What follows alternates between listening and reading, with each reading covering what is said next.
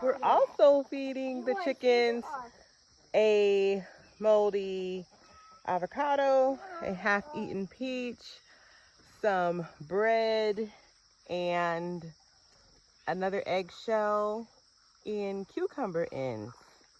Mmm.